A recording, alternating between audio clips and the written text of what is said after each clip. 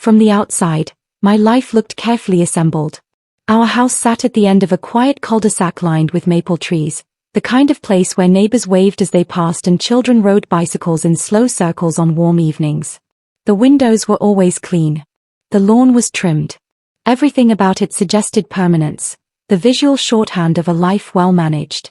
My name is Eleanor Hayes, and for years people believed I was simply the supportive wife standing behind a successful man. They were wrong about the standing behind part. My husband, Andrew Hayes, liked to tell people how his company had changed our lives. He told it well, the origin story of ambition rewarded, of vision turned into revenue, of a man who built something from the ground up. Investors loved the narrative. So did clients. At dinner parties, people leaned in when Andrew spoke. What most of them never realized was that I had helped build it from the very beginning. When Andrew first came to me with the idea for the logistics company, it was nothing more than a notebook filled with rough numbers and restless ambition. I handled the finances, the contracts, the legal filings, the cash flow projections. Andrew handled the vision and the relationships. It felt, for a long time, like a genuine partnership, two people who brought different things to the same table. At the time, I believed that absolutely. I believed a great many things. The cul-de-sac was quiet. The maple trees turned orange every October. And I had no reason yet to look at the life I had built and wonder who else was living inside it. The first sign arrived on an ordinary Tuesday evening in November. Andrew had left his phone on the kitchen counter while stepping outside to take a call, the kind of thing that happened routinely in a household where two busy people moved in parallel orbits. I wasn't looking at his phone. I wasn't thinking about his phone. I was rinsing a glass at the sink. Then the screen lit up briefly with a message preview before going dark again. Did she ask about the transfer? 5 words. I read them in under a second. The screen went black and I set the glass down and stood very still. Transfers happen constantly in a growing business. Money moves between accounts for 100 legitimate reasons: tax timing, vendor payments, investment structures. I knew that better than most people, because the company's financial architecture had largely been my design. Still, something about those 5 words stayed with me through dinner and into the evening. The phrasing. The pronoun. The quiet intimacy of the question. Did she ask about the transfer? Not did the accountant flag it or did the auditor request documentation. She. A specific she. Someone who might or might not have asked about something Andrew apparently hoped had gone unnoticed. Later that night Andrew climbed into bed beside me and wrapped his arm around my waist the way he always had. It felt familiar. Warm in the specific way of something long practiced. But for the first time in years, it also felt slightly rehearsed. I lay in the dark and told myself I was imagining things. I was not yet ready to believe otherwise. For several days I convinced myself I was imagining things. Andrew had always worked long hours. Late evenings and unexpected meetings were simply the texture of building a serious company. I had lived that reality alongside him for years and never thought twice about it. The logistics industry doesn't observe predictable hours. Clients are in different time zones. Vendors require attention at inconvenient moments. I understood all of that. But small details began to accumulate, the way small things do when you have started paying a different kind of attention. He stepped outside more often to answer calls, not dramatically, not obviously, but more often than before. His laptop closed a little too quickly on 1 or 2 evenings when I passed through his office. Once, when I asked casually about a vendor payment I had noticed in the accounts, he answered before I had even finished forming the question, smoothly, confidently, with just enough detail to satisfy without inviting further inquiry. None of it was proof of anything. And I hated the feeling of suspicion. It sat in my chest like something borrowed from another life, the anxious monitoring of a woman I had never wanted to become. Andrew and I had built something together. We were partners. I believed that. I kept believing it. But doubt, once it establishes itself, rarely dissolves on its own. It simply waits with a patience that can outlast almost any determined effort to ignore it. The question in the message preview waited with me through 2 more weeks of ordinary evenings. And then the truth arrived. The truth arrived on a quiet Tuesday afternoon in December. Andrew had asked me to review financial statements for a potential investor, a task that fell naturally within my domain, as it always had. He sent over the files with a brief message and I opened them without hesitation, The way you open a document in a house you have always believed to be yours. That's when I saw the second account. It wasn't illegal on its face. It wasn't even dramatically hidden. It was simply present in the data in a way that someone less familiar with our financial architecture might have skimmed past. I did not skim past it. Small transfers. Consistent in timing. Distributed across the preceding 9 months in amounts calibrated to avoid drawing attention. The account didn't belong to Andrew. It didn't belong to the company. It belonged to a woman named Rebecca Lawson. I assumed, for approximately 4 minutes, that she was a consultant. The company had several. The arrangement would have been unusual but not impossible. Then I opened the email thread referenced in the file header. I read it carefully, the way I read everything. I did not rush. I followed the thread from its beginning to its most recent exchange. By the time I reached the end, my hands were perfectly still on the keyboard. The room was very quiet. Rebecca Lawson was not a consultant. She was Andrew's girlfriend. And she had been, based on the timestamps in the thread, for nearly a year. I did not confront him. Even now, when I tell people that, they pause. Some of them nod as though they understand. Others look at me with the slightly uncertain expression of someone trying to imagine how a person sits across the dinner table from a revelation of that magnitude and says nothing. But that is exactly what I did. That evening Andrew came home the same way he always did. He kissed my cheek in the hallway and poured himself a drink in the kitchen and talked casually about a meeting with investors that had gone well. He asked about my afternoon. I told him it had been routine. I sat across the dinner table from the man who had been lying to me for nearly a year and I watched him eat and talk and refill his glass. Inside my chest something had broken. But it did not explode.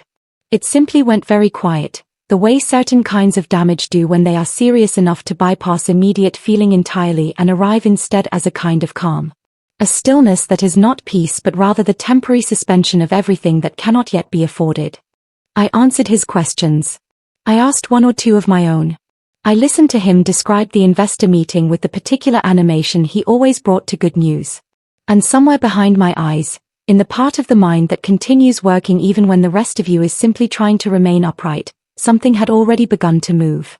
That night I barely slept. Not because I was overwhelmed with grief, though the grief was there, patient, waiting for its appropriate moment. I barely slept because my mind had shifted into a different register entirely. The one that activates when emotion and strategy reach a junction and you understand, clearly, that strategy must go first. Anger reveals your position. I had known that in business contexts for years. An angry party in a negotiation telegraphs everything, what they care about, what they fear, what leverage they believe they hold. I had watched Andrew use that principle in difficult client situations more than once. Confrontation exposes your strategy. If I walked into our bedroom and said I know, everything I had stumbled onto would vanish with remarkable speed. Accounts would be restructured. Documentation would disappear. Rebecca Lawson's arrangement would be reshaped into something defensible before I had finished the sentence. But silence keeps everything in place. Silence allows you to observe. Silence lets you understand the full shape of something before you decide what to do about it. And Andrew believed something that gave me an extraordinary advantage. He believed I trusted him completely. He believed I had reviewed those financial statements without noticing what was in them, or that I had noticed and lacked the vocabulary to understand what I was seeing. He believed I was the version of Eleanor Hayes he had decided I was. That belief was the most useful thing in the room. I lay in the dark beside him and I began, very quietly, to plan. Over the next several weeks I became the quiet, methodical observer of my own marriage and my own company. I reviewed financial reports that Andrew assumed I would skim with casual familiarity. I accessed records I had every legal right to access. I was, after all, a co-owner of the company, a fact Andrew had perhaps begun to treat as ceremonial rather than substantive. I copied documents. I photographed records. I traced the thread of transfers backward through 9 months of statements and forward into the account structures that received them. The pattern clarified quickly. Every month, with the consistency of a utility payment, a portion of the company's profits moved quietly into Rebecca Lawson's account. The amounts were not reckless. They were calibrated, large enough to be meaningful, small enough to avoid the automated flagging thresholds I had helped design when we set up the company's compliance framework. Andrew had used my own architecture against me. Almost clever. But there was a problem with his strategy that he had perhaps not fully considered. I had designed that financial structure myself. I knew every corridor and every door. I understood the logic beneath the routing decisions, which meant I could follow the transfers with a precision that a forensic accountant unfamiliar with the system's original intent might have taken months to develop. I knew where everything led. I knew how to document it. And I knew, with increasing certainty as the weeks passed, that what I was assembling was more than enough. More than enough for what came next. The deeper I looked, the worse the architecture became. Rebecca Lawson was not simply receiving money. That alone would have been damaging enough. Unauthorized transfers from company accounts to a personal beneficiary constituted a clear legal violation, particularly given our joint ownership structure. But Rebecca's involvement was more sophisticated than a simple payment arrangement. She had been introduced to several of our clients as an independent consultant. Contracts were structured to pass through her company, a small LLC registered 8 months ago, before returning to ours. Each transaction added a layer of fees that quietly inflated project costs while simultaneously siphoning margin before it ever reached our books. It was a shadow system. A parallel revenue structure built inside the legitimate one, designed to redirect money in ways that looked, at a surface review, like ordinary contractor expenses. The implications settled over me slowly, in stages, the way a large cold thing descends. This was not an impulse. This was not a man who had made a careless mistake in a vulnerable moment and compounded it with poor judgment. This was planned. The LLC predated the earliest transfers by 2 months. The client introductions had been orchestrated. The contract language had been drafted with someone who understood how to make extraction look like ordinary business overhead. This was a plan. And somewhere in the recognition of that, of the time and intention it required, a door in my chest closed quietly on a particular kind of hope I hadn't realized I had been holding until the moment it was no longer possible. I kept working. I documented everything. 3 weeks after I began gathering evidence, I sat across a desk from Thomas Avery. Thomas had helped us register the company years earlier, a methodical attorney with a reputation for precision and a complete absence of drama. He had handled our partnership filings, our initial contracts, the structural agreements that underpinned the company Andrew liked to describe as entirely his creation. I had made the appointment during the morning when Andrew was traveling for a client meeting. I told his assistant I was confirming some documentation for tax preparation. Thomas's office smelled of old books and coffee. He did not offer pleasantries. He simply indicated the chair across from his desk and waited. I opened the folder I had brought and slid it across to him without speaking. He reviewed the documents carefully and without hurry. He turned pages with the measured attention of someone who has learned never to reach conclusions before the evidence demands them. I watched his face, which offered nothing. When he finished reading, he leaned back slightly in his chair and was quiet for a moment. Then he said, "You understand that half of this company legally belongs to you." "I know," I said. "And you understand what these transfers represent, given the ownership structure?" "Yes." Another pause. Thomas looked at me with the particular expression of an attorney recalibrating his assessment of a client. "When did you find this?" he asked. 3 weeks ago. "And you haven't said anything to him?" "No." He nodded slowly, with what might have been approval. For the first time since the kitchen counter and the lit phone screen, I felt something solid beneath me again. Thomas explained, with his characteristic economy of language, what Andrew had apparently forgotten. Or perhaps not forgotten, perhaps simply underestimated. When we had formed the company a decade ago, we had registered it as a joint partnership. At the time this had seemed the natural and sensible structure for 2 people building something together. It established equal ownership, equal authority, and equal responsibility for major financial decisions. Equal meant both signatures, both approvals, both parties. Every significant financial transaction required the consent of both owners. Transfers above certain thresholds could not be executed by one partner alone. Revenue distributions required mutual authorization. The framework was thorough because I had helped draft it, and I did not draft careless documents. Andrew had been executing transfers for 9 months without my authorization. The transfers weren't merely unethical. They weren't merely a violation of our personal trust. They were illegal. Unauthorized distributions from a jointly owned company, executed by one partner without the other's knowledge or consent, constituted financial fraud.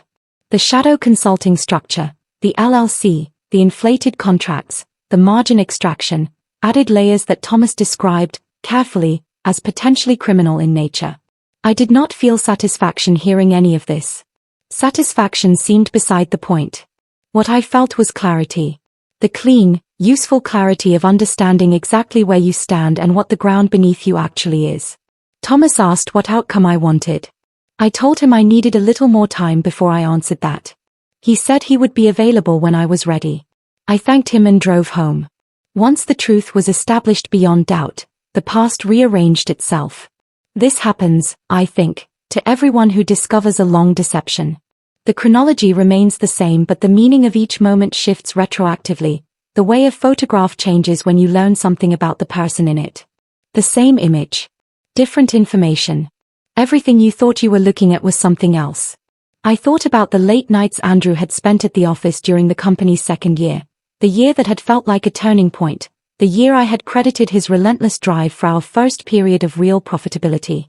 I thought about the business trips to cities with clients I had occasionally found slightly difficult to verify in our records. I thought about the moments he had gently redirected financial conversations, steering me toward the big picture and away from the granular detail. He understood my tendencies. He knew I was a strategic thinker who preferred the architecture of things to the line item specifics once a system was running well. He had cultivated that preference. He had made it easy for me to remain comfortable at the level of oversight while he managed the operational detail. For nearly a year he had been building a second life inside the company we had created together. A structure within the structure. A set of relationships and arrangements that existed in the shadow of the legitimate business, fed by it, invisible to it. And he had believed, apparently completely, that I would never look closely enough to notice. That confidence was perhaps the most clarifying detail of all. He had not feared my attention. That, too, would change. Heartbreak changes shape over time.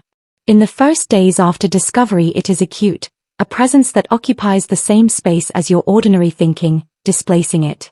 You reach for a familiar thought and find this instead. The evidence. The timeline. The name. The email thread you cannot unread. Then it begins to compact. To become denser and less expansive. It does not disappear. I want to be precise about that, because the story of people who feel nothing is never quite true. The grief was real and it was mine, and I did not pretend otherwise to myself in the privacy of my own mind. But grief and planning are not incompatible. I have always believed that the quality of your thinking is what you can access under pressure, not what you access when everything is easy. One morning in late January I was reviewing another batch of financial records at my desk, the window showing a pale winter sky, and I realized something that surprised me. I was not crying. I had been crying, in private, in the margins of other activities, for weeks. But on this particular morning, working through a transfer ledger with a cup of coffee at my elbow, I was simply thinking. Clearly. Purposefully. With the specific calm of a person who has accepted the facts and is now entirely occupied with what to do about them. Thinking meant planning. And planning, I discovered in that quiet moment, felt considerably better than almost anything else available to me. I turned the page. I kept working. The plan required time and it required patience, and I had developed a considerable reserve of both. Thomas Avery and I met 3 more times over the following 6 weeks, always during Andrew's absences, always with documentation I had gathered since the previous meeting. Each session added a layer to what we were building, a comprehensive record of the unauthorized transfers, the shadow consulting structure, the margin extraction, the LLC's relationship to our client contracts. The documentation had to be thorough enough to withstand challenges. Thomas was clear about this. Andrew would not accept any of it quietly. He would have attorneys of his own. He would dispute what he could and minimize what he couldn't. Every piece of evidence needed to be unambiguous, traceable, and complete. I documented everything I had access to. Thomas identified the gaps and advised me on how to fill them through legitimate channels, records requests, financial audits we were entitled to as co-owners, correspondence I had preserved. Simultaneously, I began separating my personal finances from Andrew's reach. This required care. Any obvious movement of assets would register. I worked slowly, within amounts and timings that would read as routine to anyone reviewing the accounts. New accounts in my name alone, funded incrementally. Personal financial records updated to remove joint access where the legal structure permitted it without triggering notification requirements. Andrew did not notice. Why would he? In his version of the story, nothing had changed. The woman across the breakfast table was the same trusting partner she had always been. He was building on that assumption. I was building on something else entirely. Independence requires patience and it requires infrastructure, and I had been quietly assembling both. The financial separation continued in careful increments, not dramatically, not in ways that announced themselves. I updated documents. I reviewed my own professional standing, which was, I was pleased to confirm, substantial in its own right. My name was on the company's founding documents, on the original contracts, on the client relationships that predated Andrew's more visible presence in the business. I had not been invisible, even if I had sometimes been treated as though I were. I also made practical arrangements for where I would live when the time came. Our home was joint property, which meant its future would be part of whatever resolution followed. I was not prepared to remain in it indefinitely once the confrontation was no longer avoidable. I identified a furnished apartment 2 neighborhoods away, clean, quiet, practical. I paid a deposit from an account Andrew did not have access to. It sat vacant for 6 weeks while I finished preparing. Each small step, viewed alone, seemed unremarkable. Together they formed something structural, a future that did not require Andrew's cooperation or approval to exist. Meanwhile, Andrew moved through our shared life with the ease of someone who believes his arrangements are both clever and secure. He booked a vacation. He talked about expanding into a new regional market. He mentioned, once, that he thought we should update our estate planning. I agreed that it sounded wise. I was already planning. And I was nearly ready. In the final weeks before I was ready to act, Andrew seemed more relaxed than I had seen him in months. The company was performing well. The shadow structure had been operating without incident for nearly a year. Several major clients had renewed their contracts, which Andrew announced at dinner one evening with the satisfaction of a man who has earned what he has, never pausing to consider that the client relationships he was celebrating had been built on work I had contributed to extensively in the early years. His investors praised his leadership and talked about expansion. Rebecca Lawson's involvement remained invisible behind the carefully written consulting contracts, which were legitimate looking on their face and designed to withstand a surface review. At dinner, Andrew talked about his company with increasing frequency.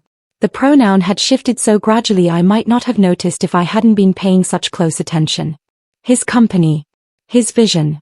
His decade of work. Sometimes, with what I believe was genuine feeling rather than calculation, he thanked me for my support. He told me once that he couldn't have done it without me.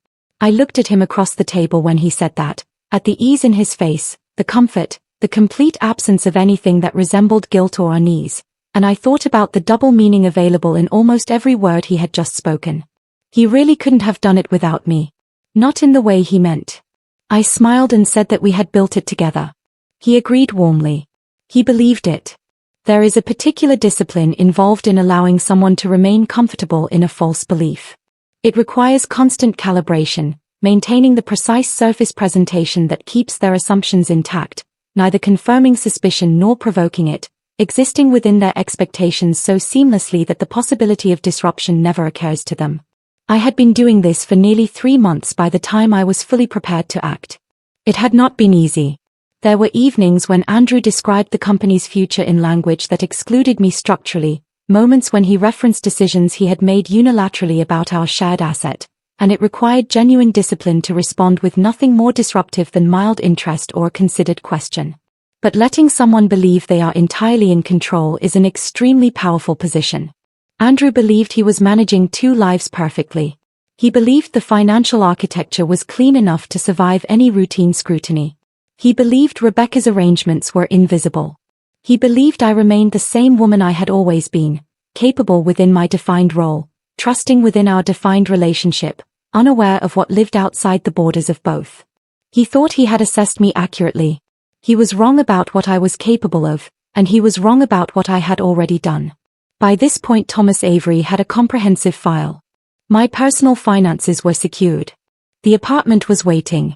The documentation was complete. And I was ready. I was simply choosing the right moment. It arrived sooner than I planned. The first consequence arrived through a door Andrew had left open himself.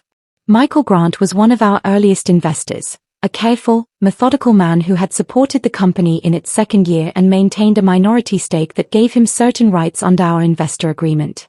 Those rights included, under specific conditions, the ability to request enhanced financial transparency before committing additional capital. Andrew had been courting Michael for an increased investment. The company's growth made a compelling case. Andrew presented it well, as he always did. Michael said he was interested. He also said, as a condition of proceeding, that he would need to conduct a deeper review of the financial records, full account transparency, all revenue flows, all contractor and consultant arrangements. It was a reasonable request. It was the kind of request a careful investor makes before writing a larger check. But it was the kind of request that caused a problem for Andrew. Because this time, every account appeared in the materials. Including the ones that led to Rebecca Lawson's LLC. Including the margin extraction on client contracts. Including 9 months of transfers that no co-signatory had ever authorized. I did not arrange the audit. Michael Grant requested it on his own initiative for his own reasons. I had known it was a possibility. The investor agreement had always contained that provision, but I had not engineered it. I simply did not warn Andrew that it was coming. The questions began arriving within 48 hours of the financial materials being delivered. Andrew spent 3 consecutive late nights at the office. For the first time in months, he did not look comfortable. The questions accumulated with the quiet momentum of things that have been waiting to be asked. Michael Grant's representatives wanted to understand the consultant arrangement. Why were certain revenues being routed through an external LLC before returning to our accounts? What was the business justification for the fee structure applied to those transactions? Who had authorized the arrangement and under what terms? Each question was reasonable. Each question was also, from Andrew's position, extremely difficult to answer in a way that didn't generate further questions. He tried several approaches. I observed them all from the calm of a woman who had expected this and prepared for it. He described Rebecca as a specialist contractor whose arrangement had been structured for tax efficiency, a claim that was technically coherent but collapsed under the kind of scrutiny Michael's team applied.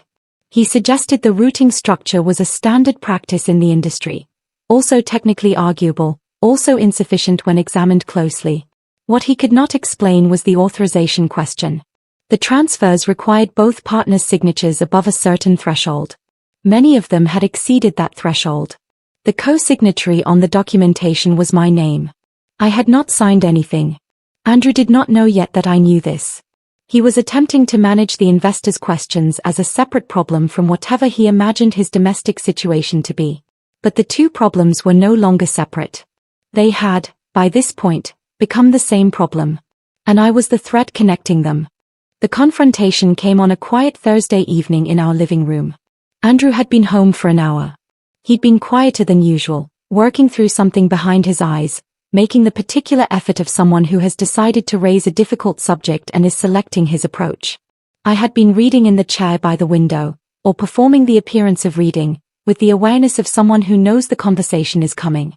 He stood near the window holding printed financial statements. His posture was controlled but not relaxed, the difference between composure and ease. His voice, when he spoke, was careful, measured. Eleanor. A pause.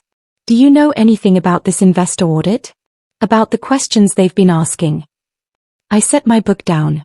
I looked at him. Yes, I said. One syllable. The most precisely weighted one I had delivered in 3 months. The effect was immediate. Not dramatic. Andrew was too controlled for drama in unscripted situations. But something shifted in his face. A recalculation. A rapid inventory of what yes might mean, how much it might contain. What do you mean, yes? He said carefully. I told him that I was aware of the audit. I told him that Michael Grant had been in contact with Thomas Avery's office regarding the financial review. I told him, without raising my voice, that Thomas had been my attorney for the preceding 3 months. The silence that followed was the most complete one our house had ever produced.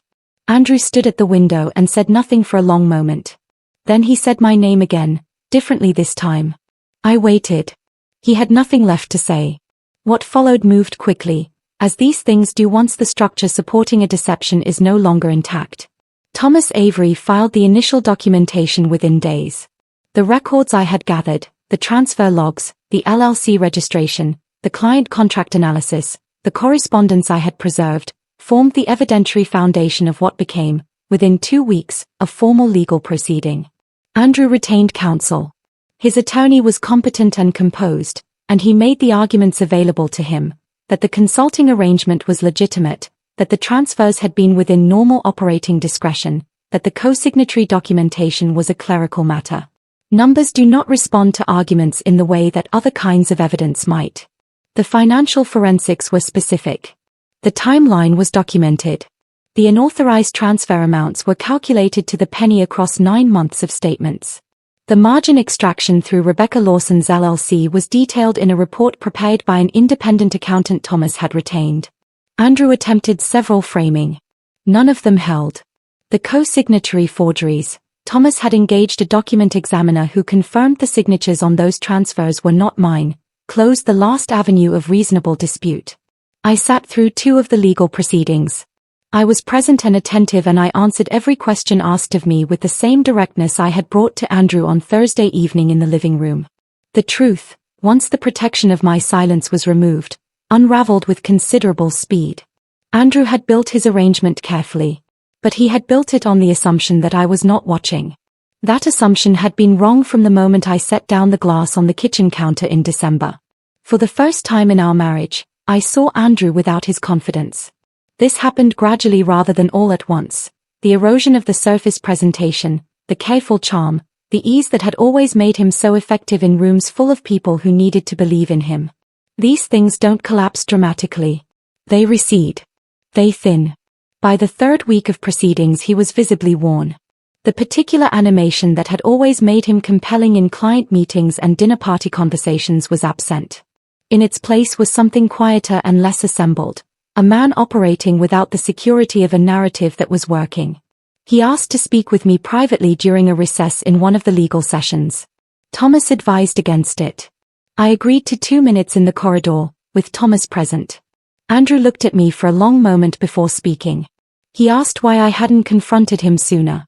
The question carried genuine bewilderment beneath its surface, as though the strategic patience of the preceding 3 months was a dimension of me he had not known existed. I answered simply, I needed to understand everything. He was quiet. Then he said he hadn't expected this from me. I said nothing to that. What could be said? He had not expected it because he had decided, at some point in our marriage, that he knew exactly what I was and was not capable of. He had concluded that the woman across the breakfast table, the woman who handled the finances and believed in the partnership and loved him, was not someone who would look carefully enough to see. He had been wrong about me. We returned to the proceedings. The resolution, when it arrived, was quieter than people might imagine. There was no dramatic courtroom moment. No speech. No visible reckoning. Legal proceedings of this kind tend toward the methodical rather than the cinematic. Documents exchanged, terms negotiated, agreements reached through correspondence between attorneys over several weeks of careful back and forth. Andrew was required to repay the full amount of unauthorized transfers to the company accounts. The calculation included the base transfer amounts, the margin extracted through Rebecca Lawson's LLC, and assessed damages under the partnership agreement's provisions for breach of fiduciary duty. It was a significant sum. Rebecca Lawson's consulting contracts were formally terminated. Her LLC was audited. The examination of her arrangements produced findings that generated their own legal complications, ones that Thomas had advised me were not my primary concern and which I was content to leave to the appropriate parties. The company ownership was formally restructured to reflect what had always been legally true. Half of everything belonged to me. It had always belonged to me. The legal work simply made the practical reality match the documented one. I signed the final settlement documents on a Tuesday morning in March. Thomas set a coffee on the desk beside me without comment. Outside his window the maple trees were beginning to show the first green of early spring. I read every page. I signed where indicated. I thanked Thomas for his work. He said it had been a privilege. I believed he meant it. Several months after the resolution, Andrew asked to meet for coffee. The request came through Thomas's office. I was not obligated to agree. I thought about it for several days and then agreed to 30 minutes at a place I chose, neutral ground, public enough to define the register of the conversation before it began. He arrived before me. He was already seated when I walked in, which told me he had been uncertain whether I would come. He stood briefly when he saw me, then sat again. The ease that had always been his most characteristic quality was gone. In its place was something more tentative, not quite humility, but its precursor. I ordered coffee. We exchanged a few sentences about nothing of consequence. Then he looked at the table for a moment and said he was sorry. I told him I believed him. Not because the apology resolved anything, but because I thought it was probably true. He was quiet for a moment. Then he said, "I didn't think you would leave." I looked at him. "I know," I said. That had been his largest miscalculation. He had built the entire architecture of what he did on a foundational assumption about who I was and what I would do. The assumption had felt safe to him because he had lived alongside me for years and convinced himself he knew the dimensions of my response. He had mistaken my patience for limitation. We finished our coffee. I left at 30 minutes, as planned. I moved into a smaller house near the water. It didn't have the particular perfection of the cul-de-sac, the trimmed lawn, the clean windows, the careful presentation of a life assembled for the approval of people passing by. This place was quieter in a different sense. It faced a small harbor where boats moved on their moorings in the morning light and the sound of water was available whenever I wanted it. I had not anticipated how much I would like it. The company continued operating. This surprised some people, the assumption being, perhaps, that the dissolution of the marriage would mean the dissolution of the business. But the company had clients and employees and a decade of operational history. Dismantling it would have served no one and hurt many people who had nothing to do with what Andrew had done. The restructuring was handled with Thomas's guidance. New oversight provisions. Clear authorization requirements that could not be circumvented by one party acting alone. An external financial review that occurred quarterly. For the first time, the company I had helped build from a notebook full of rough numbers operated in a way that reflected what it had always actually been. Not Andrew's company. Not mine alone. But, under the new structure, genuinely, transparently, documented and enforced, half mine. I sat on the porch of the new house one evening in early summer and watched the harbor light change and thought about the version of myself that had stood in the kitchen in November and read 5 words on a lit phone screen. She had not known what she was beginning. I was glad she had started. People imagine revenge as something loud. Something that arrives with confrontation and ultimatums, with the satisfaction of a well-prepared speech delivered to someone who has earned it, with the visible collapse of someone who thought they were safe. I understand the appeal. There is something the imagination wants from a moment of exposure, the recognition in the betrayer's eyes, the acknowledgement that they had not been as clever as they believed, the reckoning delivered at full volume. But the loudest thing I did in 3 months of preparation was say the word yes in my own living room. Everything else was patience. Documentation. The quiet accumulation of certainty. The discipline of continuing to live inside a surface that gave nothing away while everything underneath was being methodically dismantled and rebuilt. Andrew Hayes believed, for most of our marriage and for the entirety of the year he spent deceiving me, that he understood what I was. He had a fixed idea of Eleanor. Capable, supportive, financially astute within her domain but fundamentally trusting, unlikely to look in the directions that mattered. He had never tested the limits of that idea because he had never imagined a situation in which they would need to be tested. The same mind that built the company's financial architecture could also trace every unauthorized transfer within it. The same patience that had made me a good partner made me a very effective adversary. Andrew Hayes once believed I was the woman standing behind his success. What he never understood was that I had been standing beside it all along. And when I finally walked away, I didn't take revenge. I simply took what was already mine.